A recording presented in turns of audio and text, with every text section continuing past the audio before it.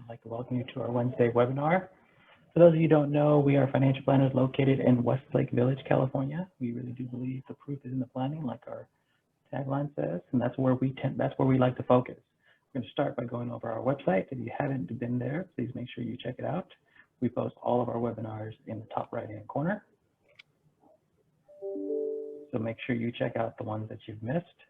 And we post all of John's interviews on the interview page. And John was on Central Valley Talk with Mike Briggs today and TD Ameritrade, if I remember correctly.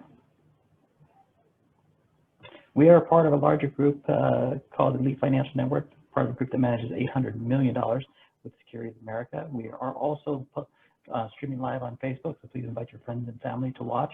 And we're also one of two advisors in the Conejo Valley that we know of that pay for independent research. Makes us a little bit different and gives us a different opinion. And now bring on John Grace. Thank you, Daniel. So the overall question, folks, thanks for joining us this afternoon. Really appreciate your being here.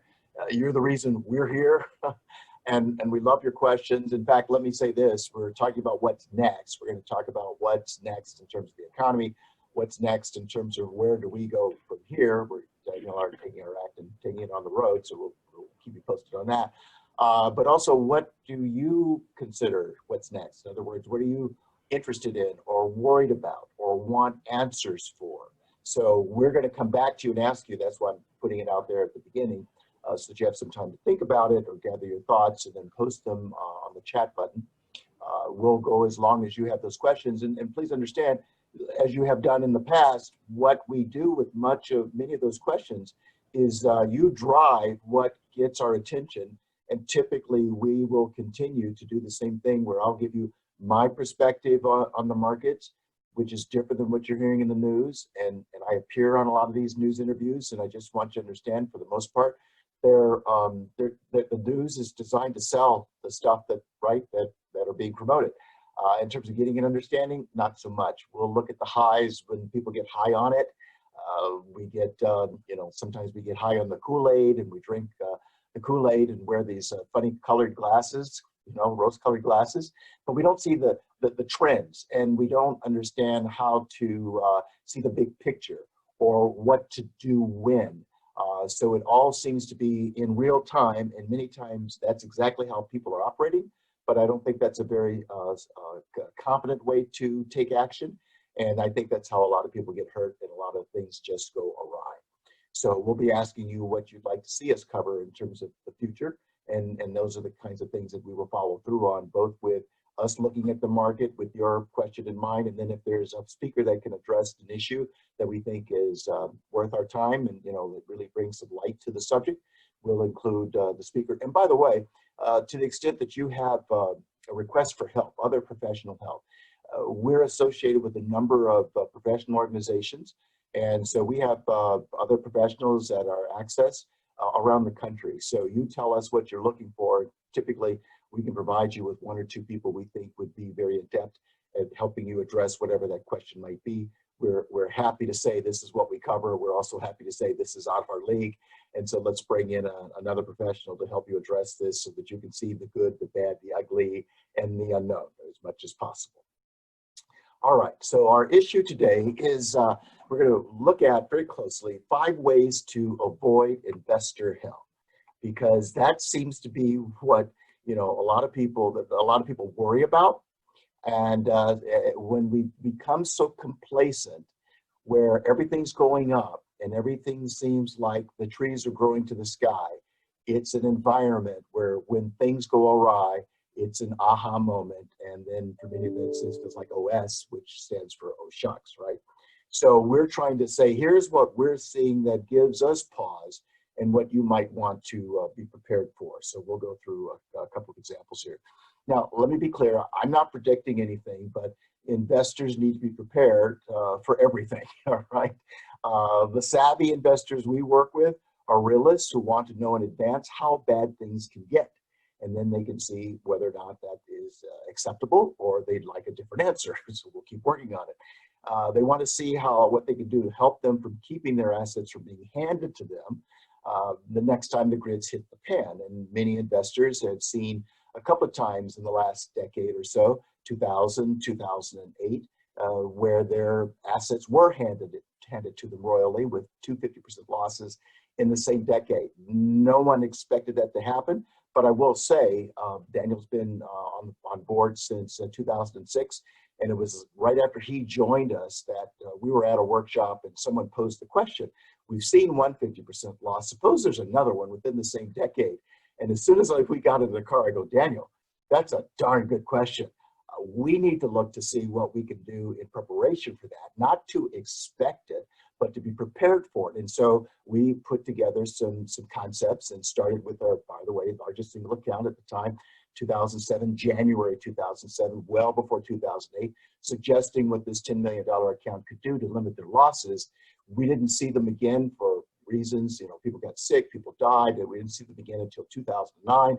By this time, the trustees of the account were very upset. And it was interesting that, for the calendar year 2008, markets off 37%.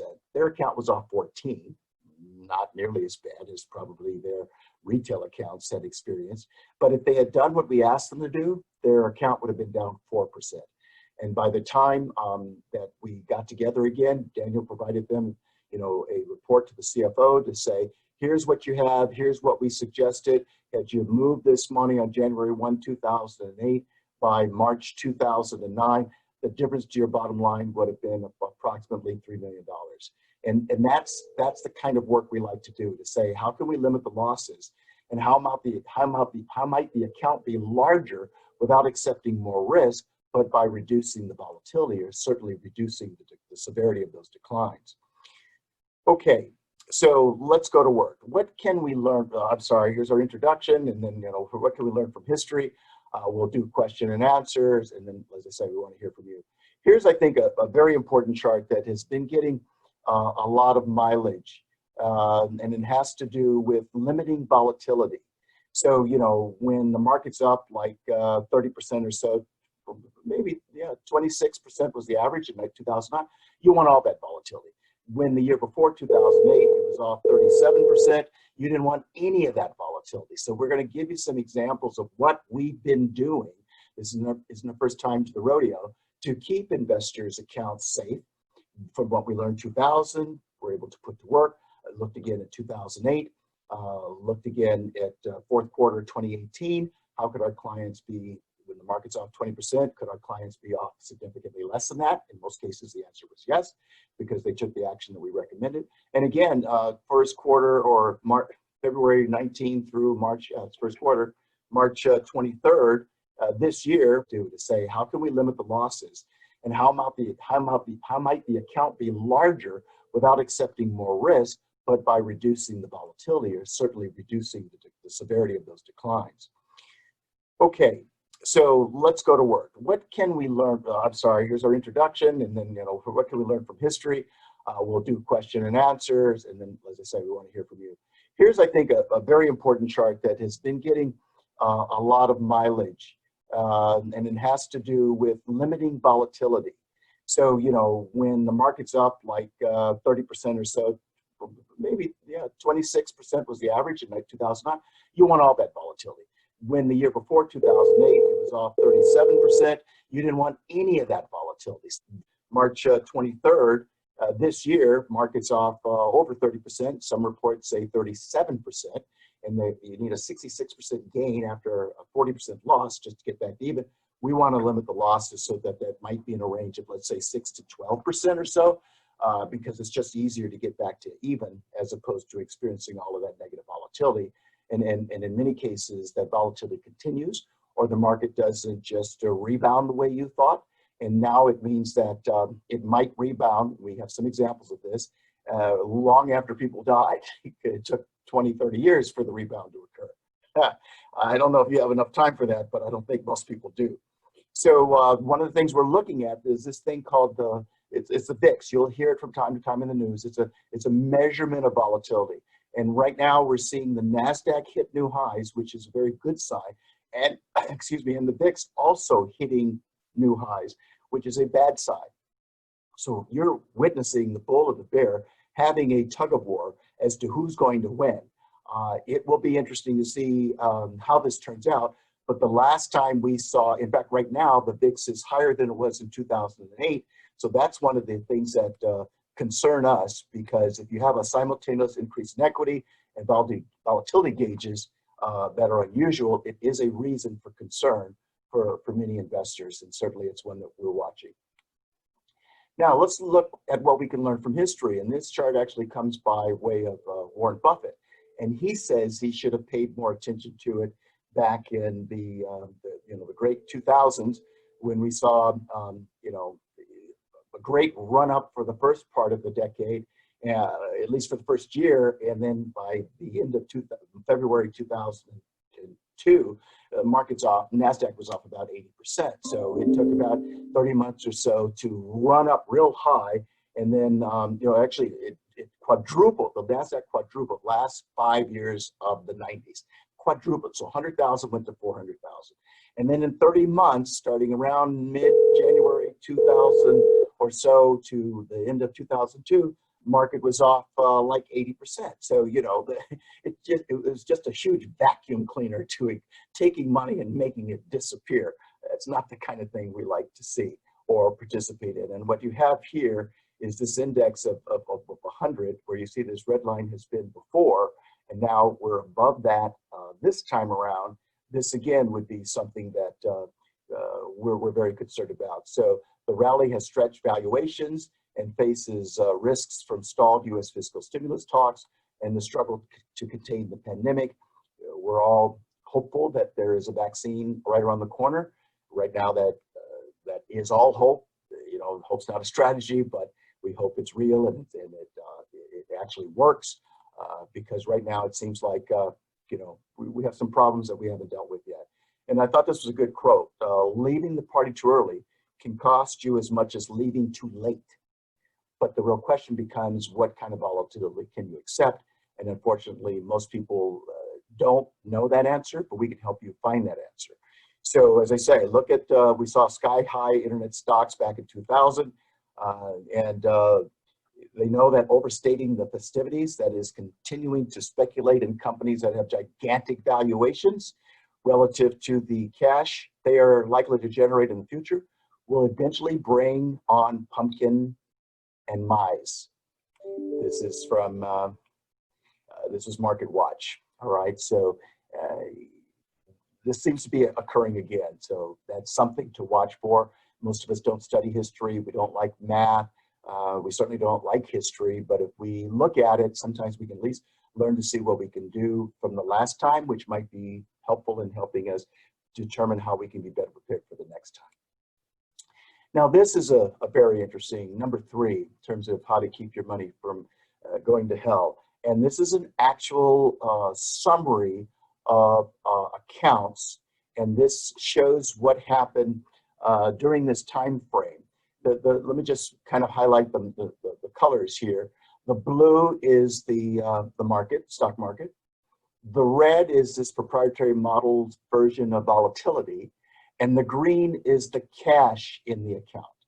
So with most folks, when we have passive managed investments, we may keep throughout, no matter what the market's doing, the ratio of cash remains the same. So let's say 5%, that's not uncommon. But then you watch the share price drop and take your money right along with it, like we're going to the bottom of the sea to join the Titanic. What you see here is in 2008, this metric, this strategy, if you will, because it's not dependent upon a person, it's dependent upon how the strategy is designed. You can see that if you started the year with 5% cash, as the market became more volatile, that's indicated by the red, and the market also kept declining, the question every day was, is it risk on or risk off? And as you can see, the answer in 2008 is it's risk off. In other words, let's take shares off the table, go to cash, a money market account, sit there until we see better volatility or upward volatility. So as I say, the best way I can explain that is think of the Karate Kid movie, wax on, wax off. Wax off means we're getting out of risk assets in 08 into cash, safety. Wax on means as we see on March 9th, 2009, all of a sudden the market starts going up and the volatility starts going down. Well, now we can reduce the cash balance down from 60%, that's as high as it got for that time frame, back down to 5%, and enjoy this magnificent ride to, to heaven. At least that's what it looks like there, right? And then it got dicey another time, but this is the difference between active and passive. The percentage of cash doesn't stay static. The percentage of cash rises in a bad market, declines in a good market, and that's what these systems do for the benefit of our clients. That's one of the reasons that we feel like we have our clients in good shape for now to be prepared for the good, bad, and the unforeseen. And we're also willing to say to other clients, look, there's just different ways of managing money. You decide what works for you. But as far as we're concerned, the crucial question that most of our peers do not help you answer is what kind of loss can you live with? And I mean loss in the terms of percentage, loss in terms of the dollar amount. Is it an 8% loss for you? Is it an $80,000 loss? Is it a 40% loss for you? So now it might be a $200,000 loss. Which can you be okay with? And then let's see if we can design the portfolio in such a way that the portfolio indeed responds to your loss parameters. In other words, we can go back to '08, for example, and see the evidence that positions like we're describing here were off less than 20%, certainly no more than 20% in 2008, markets off 37. And then as they got fully invested starting in 2009, saw gains north of 25, 26% net, which means that they had more money when the account was actively managed in a year or two than the accounts that were passively managed because the decline was so severe, the hole got so big that it took 4 or 5 years to get back to even. So these are some of the options we want investors to be aware of, because a lot of people are concerned that things are going to get ugly and this isn't the time to invest. We don't know that things aren't going to get ugly or that they will, but what we do know is that we've been successful at helping investors keep their losses limited. So again, they don't have to worry about their account. Let the market do whatever it does, but as long as I'm within my threshold of the amount that I'm comfortable with, I don't have to get absorbed by the market and get more depressed about that bad news, because my account is within my range of acceptance. That's exactly what we want. So hopefully you have some questions about that, but I think this is a great description that I doubt you've seen anywhere else. This is why we like doing this, to bring you information that you haven't seen. And it's fairly different than sitting and taking and buying and holding and hope no matter what. No, let's move the money off the tracks in a bad year and back on the tracks when the coast gets clear so we can enjoy all the gains, but let's do everything we possibly can to limit the losses. All right, so what we have next is a simpler chart. And the summary is debt is not your friend. I mean, particularly in tough times. And understand, you buy $1 million house, you put 20% down, and the value of the house goes up 10%. That could be 100% return on your investment. But if it's the reverse, where we see the prices decline, now it may just eradicate your down payment. Okay, so debt is your friend when there's appreciation. It immediately becomes your enemy when there is depreciation.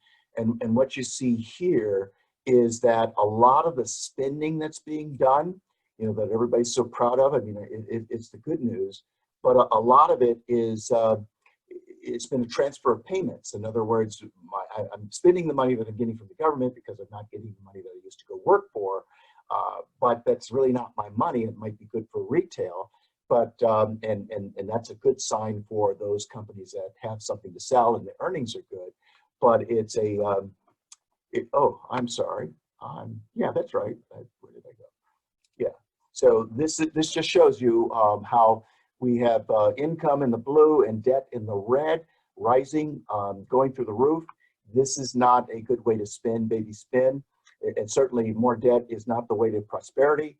And printing money, as far as the Fed is concerned, is not your prescription for prosperity either.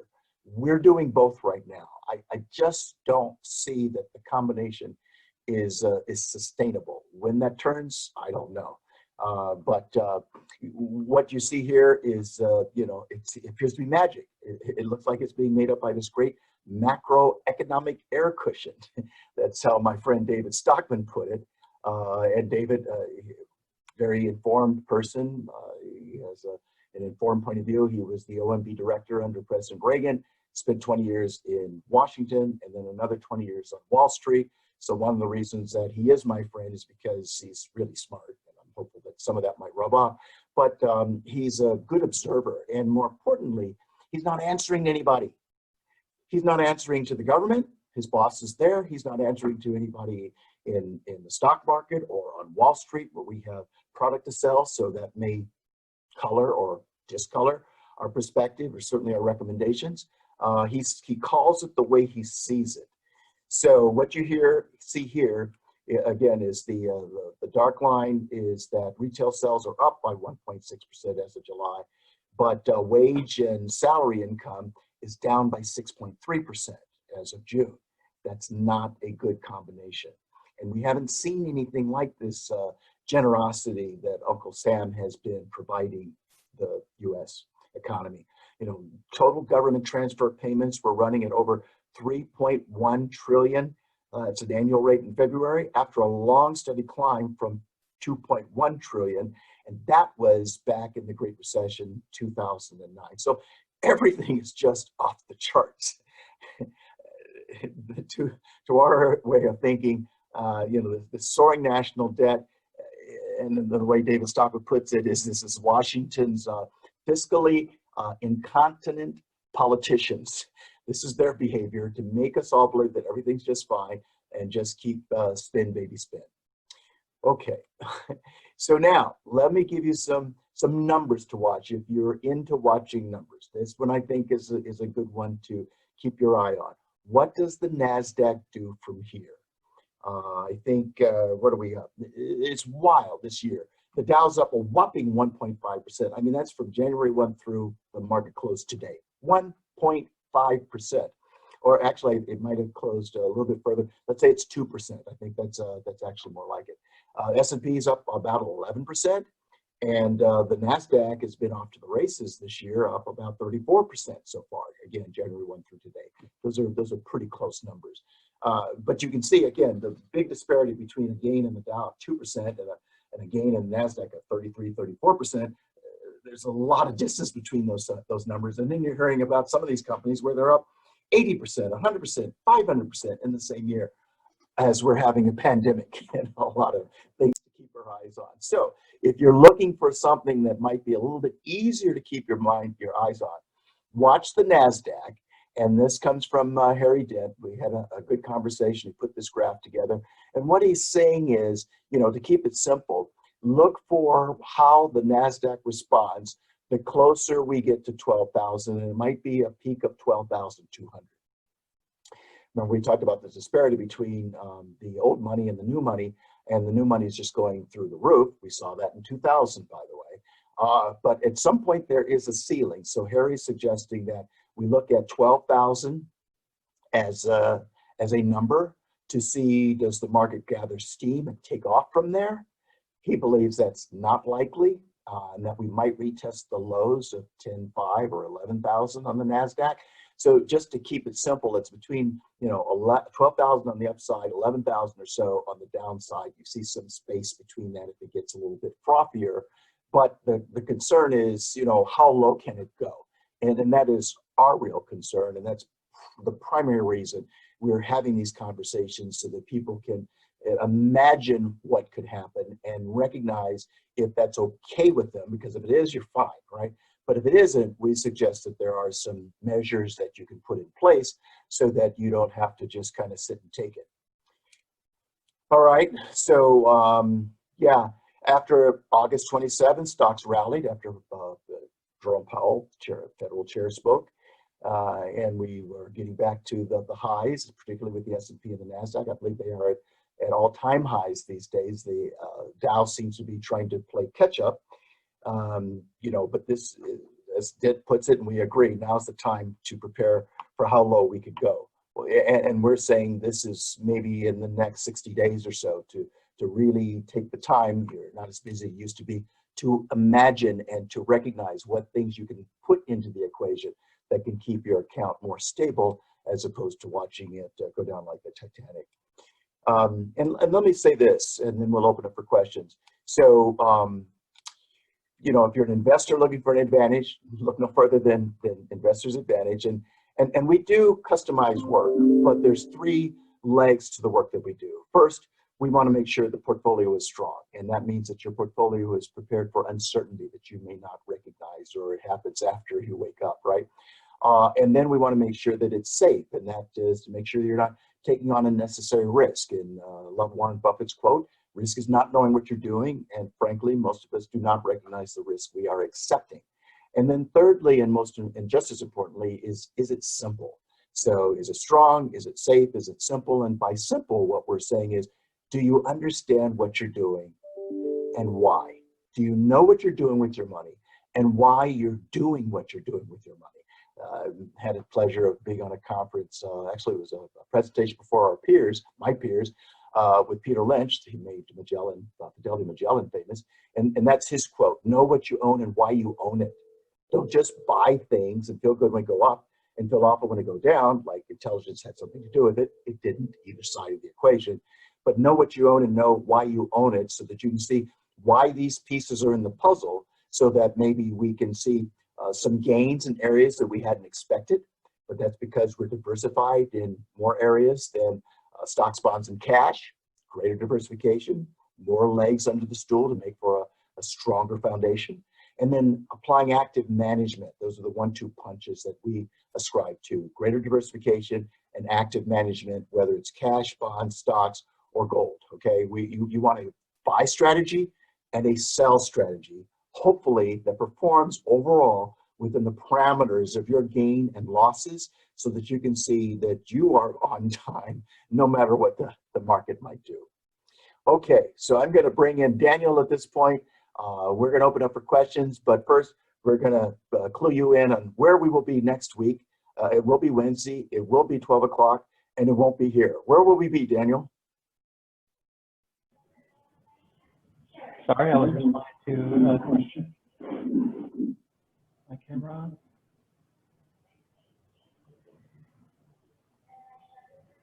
Okay, next week we are actually starting a radio show on Voice America, and you can listen to us live every week, every weekday on every Wednesday at 12 p.m.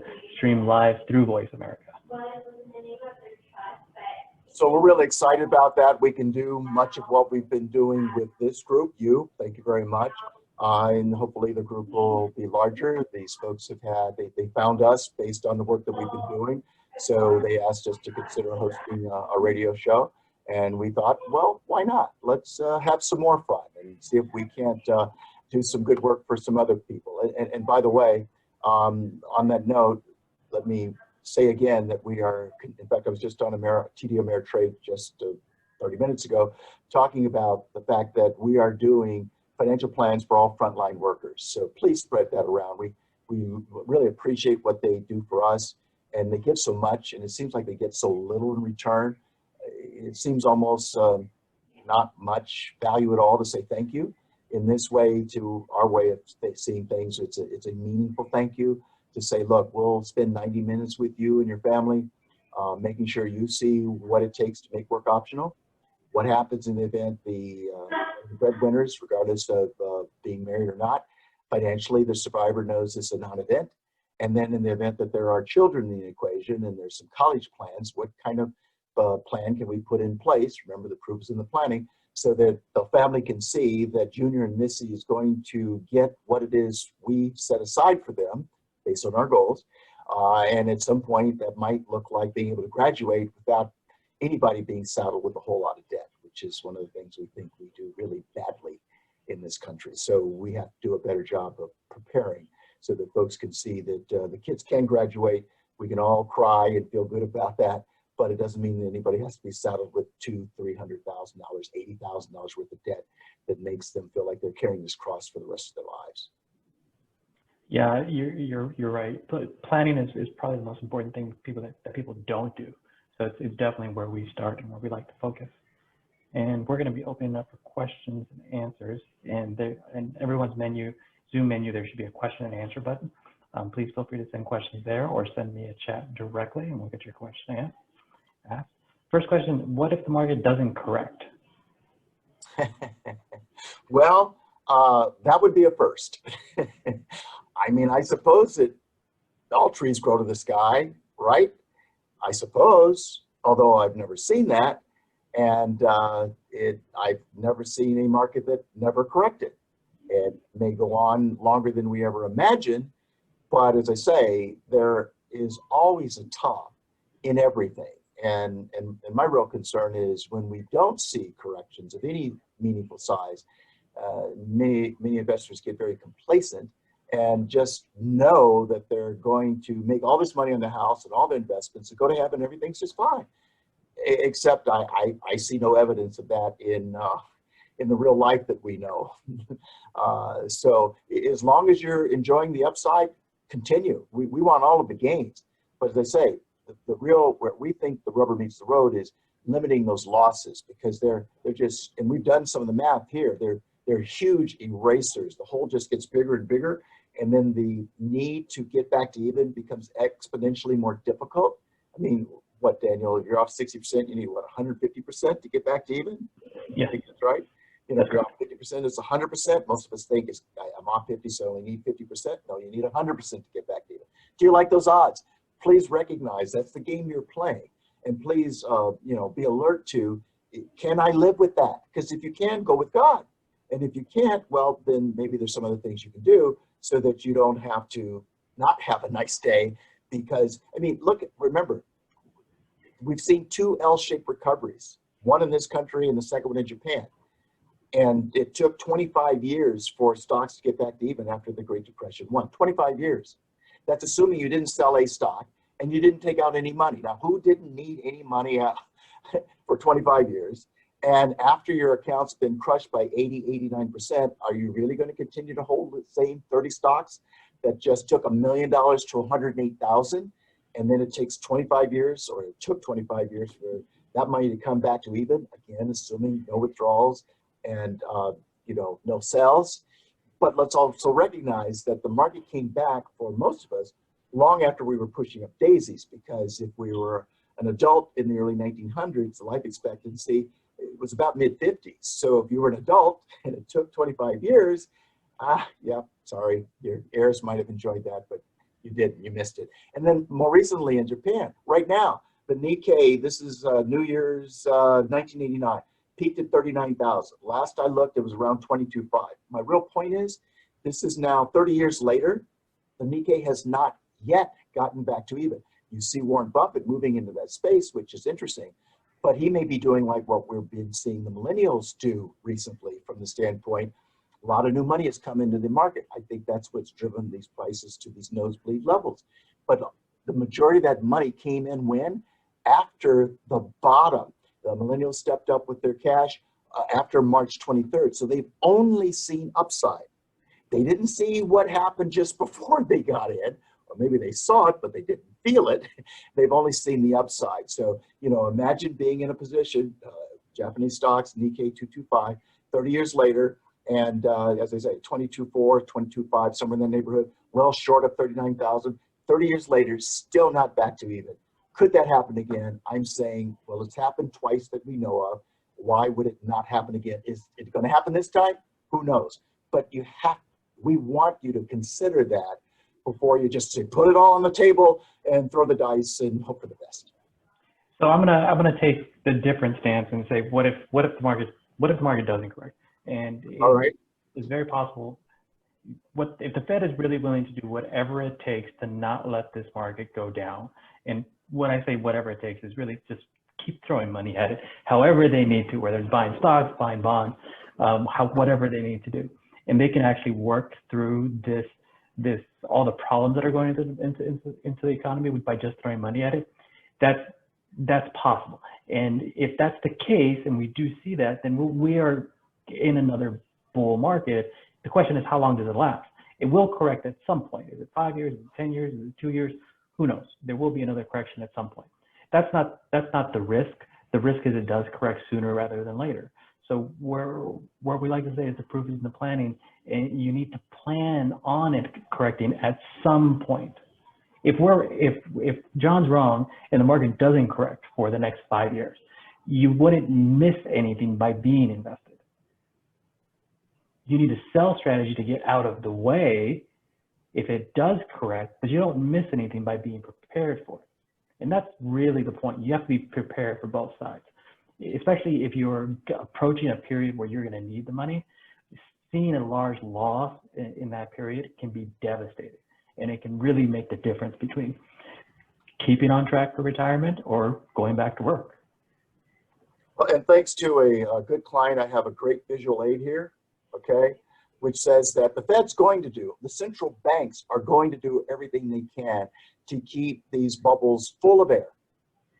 But we also know that bubbles burst, and at some point, it seems to me that the Fed may be bringing a water pistol to a super soaker event, all right, where nothing they do is going to offset human behavior. In other words, one of the things I submit the Fed is trying to do is forestall anything that might be a depression, because they have no tools. They have nothing in their toolbox that can offset a depression. And if it is the case, for whatever reason, that people just stop spending overall, there's nothing they can do to cause us to just go out and spend. If that is something that is adverse to, in the Great Depression, people were not spending. They couldn't, okay? They had to save. So, part of what you're also dealing with is, on the one hand, when we spend, that's good for the overall economy, it's good for those companies, it's good for those executives. But when we spend at the level that we tend to in this country, we don't take care of ourselves, which means, like we've talked about with one couple where they're mid-30s, when they turn 70, they need $2.6 million. Well, if they don't save $15,000 a year and get a 7% return, they will not have 2.6. And if they spend it all, clearly they will not have 2.6. And that's the pattern that most of us are on. Part of what I worry about is when I look at, and this was a report we found a year before the pandemic showed up. This was January 2019, which suggested that 40% of Americans are one paycheck away from being destitute. That's a lot of people, 40%. And the best way I can put it is, remember the government workers, where they were literally, these are educated people, college degrees, making good money. And then we go through the shutdown, and these people are alive and in color crying on TV because they have no money. That does not sound like fun to me. So we've all got to prepare for a rainy day. And as I say, I'm afraid at some point the Feds will do everything they can to keep things as lofty and to keep the status quo in place. But so far, I haven't seen an occasion where, that has worked without some painful correction. And well, some of what you said goes back to the basics of financial planning, making sure your foundations are secure, that you have enough savings in the bank, and you have made it multiple sources of income that can fall back on each other. So a lot of those things are basics of financial planning that people don't really address. Next question. Thoughts on the current state of tax rates and whether a Roth account may be viable considering the future state of tax implications? First and foremost, we are not CPAs, we are not tax professionals. Please consult your tax professional for tax advice, first and foremost. John, do you want to start? Well, I mean, you can only respond to the current tax laws. And let's recognize, we've been saying this for some time, that tax rates need to go up. They just have to. Just to maintain the spending that, I mean, look at the roads, look at the infrastructure. There's some work that needs to be done here. And if we keep, in America, we've been taught that we pay as little tax as possible and we invest the money. Only we like the part where we pay as little tax as possible, but we don't invest the money. So one of the things that I find interesting is, if you look at, there's a happiness index that you may have heard about that looks at different countries and are the people there happy. And by the way, when we look at Los Estados Unidos, these United States of America, our degree of happiness seems to keep declining. Well, I know that doesn't sound too surprising these days, right? But when we look at some other countries, Norway, Denmark, other countries, primarily in Europe, they pay more taxes. And guess what?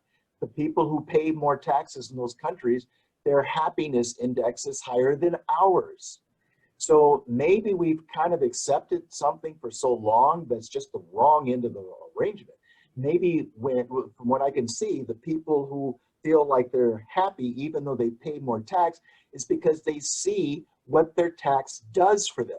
They have good roads. They can take a bus that they're okay to feel good on, and a train, and they don't have to spend thousands of dollars just to get from point A to point B. They can go to the park and not pay a fee for every person who shows up at the park. I mean, that makes it kind of hard when you've got 6 or 7 people and you've got to pay for all of them to get in, as opposed to one price for the family. So all I'm saying is taxes have to go up, and I think they will. And by the way, I don't think it has anything to do with whether it's Republican or Democrat-controlled administration. U.S. taxes have to go up. So just get as much mileage as you possibly can from all the deductions you are eligible for. Do contribute to pre-tax accounts as much as you possibly can. Do look at Roths. They may become taxable at some point. I don't see that on the horizon right now. But notice that how long did we have the deductions for mortgage expense? And that just changed, what, 2 years ago. So these rules do change. In the meantime, keep this in mind. If your family household income is north of 200,000 or so taxable income, when Reagan was in office, most of us don't remember, your federal tax bracket was 70%. And by the way, around 2000, World War II, federal tax bracket was north of 90%. So 70 under Reagan top bracket, 90%, 1945 or so. So when we look at taxes, the way I look at it is it all feels like it's a lot, and it is, but the rates that we've been at recently are probably the lowest we've ever seen, and I would submit the lowest you will ever see from this point on. On that note, just from a pure math standpoint, I'm a big fan of Roth IRAs. I love the idea of not having to pay tax on distributions later in life. Given that historically taxes are low, it would make sense to do more conversions or more contributions to accounts where you're paying the tax in advance and then not paying it later. It takes if nothing else, it takes the unknown out of the equation. So you know what your tax rate was. It doesn't matter what taxes due 20 years from now, 30 years or 40 years from now. You know what the tax you paid. You also get that tax-free growth. So that, coupled with knowing what the taxes you pay were, makes it, in my mind, a big advantage over a taxable account, but you don't get that tax deduction every year. So everybody's situation is different, and everyone should be asking that question if a Roth makes sense for me. Yeah, and one more point, we work a lot with people, a lot of boomers, rocket scientists have stuffed a lot of money in their 401k at the suggestion of the accountant and the financial advisors. That's pretty standard advice. But now we've gotten to see people who are really irritated. I mean, they want to be mad at us because now they're 75 or 80 and they're having to take increased withdrawals from a traditional retirement account. We don't tend to tell people that. So, the good news is that the government pushed back requirement distributions from 70.5 to 72.5. And I think the ratio is the same, 3.67% or so that you have to take out of the previous year's account balance. But if you stick around to 95, it's an 11% withdrawal. So all I'm trying to say is make that part of your thought process from the standpoint of how much money do I want to get the deductions for and the tax-deferred growth, but recognize when I start taking those withdrawals, they're going to be taxed. And the IRS requires that I increase my withdrawal every year for the rest of my life. There's no way to stop that.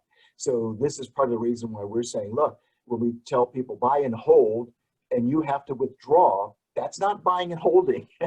You're taking income. And if it is the case that, from peak to trough, the market's off 57%, and that means you started 08 with $1 million, and then the market hurricane took away $570,000. And you only took out $30,000 as an income, which we'll all agree is not much money at all. That's a drawdown of what, 600,000 from $1 million. So now you're starting the next year with 400,000, and I'm supposed to tell you to have a nice day. I don't think you want to hear that. So again, that's why we're saying when you're making contributions and you're young, you don't have to be so concerned about the market gyrations. In fact, they can be your friend, those gyrations. But it's when you are starting to take income where, you know, the declines can just be a vacuum cleaner to your net worth, and you can't recover. You know, if your account went from $1 million to 400,000, you have to increase the withdrawals every year for the rest of your life. Your odds of seeing that 400,000 ever get back to $1 million probably are zero. Okay, next question, and we'll start wrapping up. What's the reason the Nasdaq and the Dow are so different? Well, I just call it new money versus old money. Everything right now, especially after COVID, is, you know, the advantage has gone to the tech industries. That's where we're spending all of our time. Look at Zoom, okay? And then we've got the new technology. Look at Tesla. Again, now this is in many ways kind of similar to what we saw in 2000. The only difference is that some of these companies are selling. They're just not selling at the same level that the price is at this point in terms of the stock price. So it's kind of a conundrum, if you ask me, to see these huge disparities between the old companies, and some of those are brick and mortar companies that, of course, you know, aren't doing what they used to do, or retail stores, which certainly aren't doing what they used to do, and everything's going online. So it's quite a disparity. But what concerns us, and today we saw good breadth. That's BREADTH. In other words, there was a lot of volume. If you're looking at the market, one of the things you might want to look for is how much volume has there been. When there's a lot of volume, that's good. When it's thinly traded, that's not good. So what that means is, you know, we may see like the top 5 or 10 tech companies, Nasdaq, going through the roof, which makes it appear that everything is doing that, but it's not. In other words, that may be, you know, out of the Nasdaq 100, that may be, let's say, the top decile, 10%, 10, and 90 companies are going backwards or just struggling along. So it really skews the perception, and that's why it's so important to see, okay, what kind of return do I need? Am I getting that return? That I don't have to worry about these outliers. What's your take, Daniel?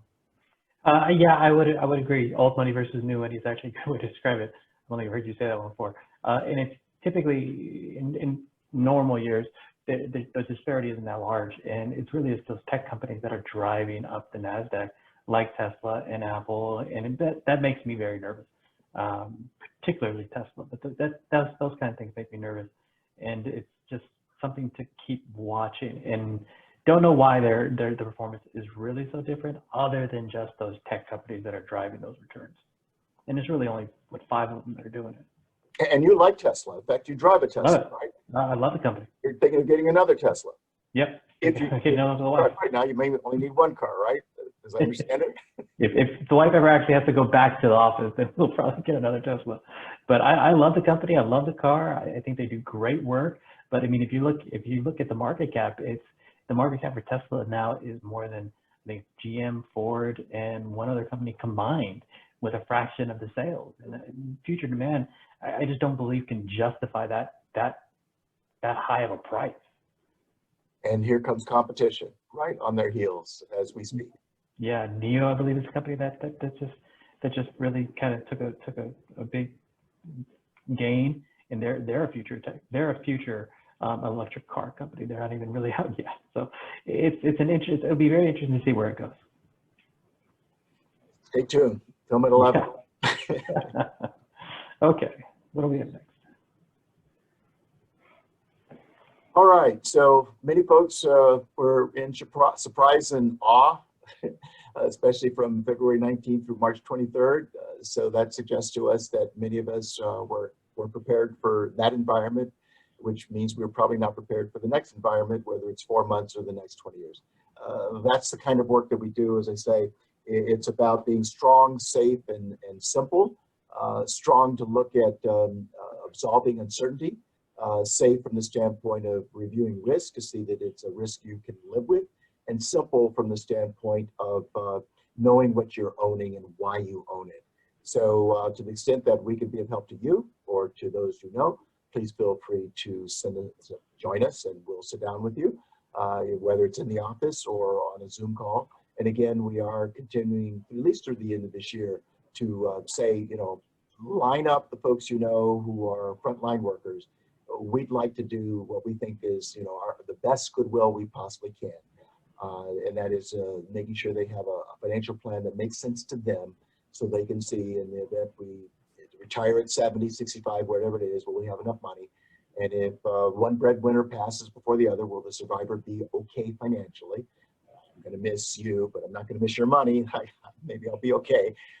And then, you know, what about the kids, and making sure that everybody gets through college the way we want them, the way we'll, as the parents, be responsible for financing college, so that we can say, this is what you got. That's all there is. The rest, you know, go with God. Good luck. God bless you. But this is the cutoff. And that way you're not stuck with, Dad, Mom, I have to, you know, it takes 5 years to get through GE, and you just keep writing those checks and they never get done. So we like to help people see, what are we trying to do here? How can we get from point A to point B, and see that we're on track, so that we can look at Junior and Missy and go, yes, this is where we live. These are our rules. This is what you have. And that's how it's going to work. So join us next week. We'll be at a new time and station, Voice America, on noon on Wednesdays. We're very excited about this opportunity, and looking forward to you joining us there, and feel free to invite those you know. Meantime, stay safe. Please put on the mask. Please do social distancing, particularly this weekend, because we want to see you every chance we have a chance to. And don't get on a cruise ship, because we don't want to miss you. All right. Thank you so much.